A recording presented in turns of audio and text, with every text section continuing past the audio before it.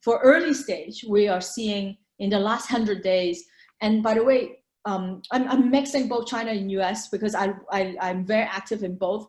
China Q1 2020, in terms of year over year, have dropped 30% in terms of investment dollar because of COVID.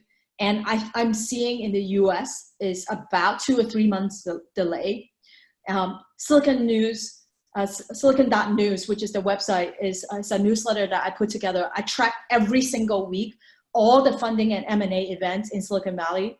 So I'm seeing a drop slowly, and there's a couple of 2 or 3 weeks or so, particular in February and March, particularly in March to early April, nothing was going on. It was really, really bad. Now I'm seeing some of the much later stage, I'm raising big round, but early stage is slowly dropping. I'm seeing like some of the companies that we couldn't pull the trigger before have already dropped about 30% of their valuation for early stage. So that's sort of like what's going on in terms of investment dollar, venture capital, and then a few other things just want you guys to know. It's kind of sad. I think that corporate America in Q1 2020, over 300, and by the way, these are all public. I'm happy to send you guys literally CEO, there's a website to track all the CEO and when they quit. Over 300 corporate America CEO had quit or retired or whatever reason there is.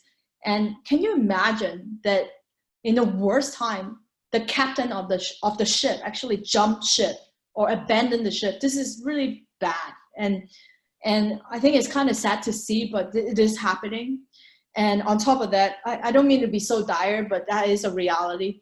It's about 10 to 15% of the US population are unemployed or have claimed unemployment insurance. And of course, most of these workforce claim unemployment insurance are from the hospitality industry, the restaurant, food and beverage industry. Anything to deal with physical are not good.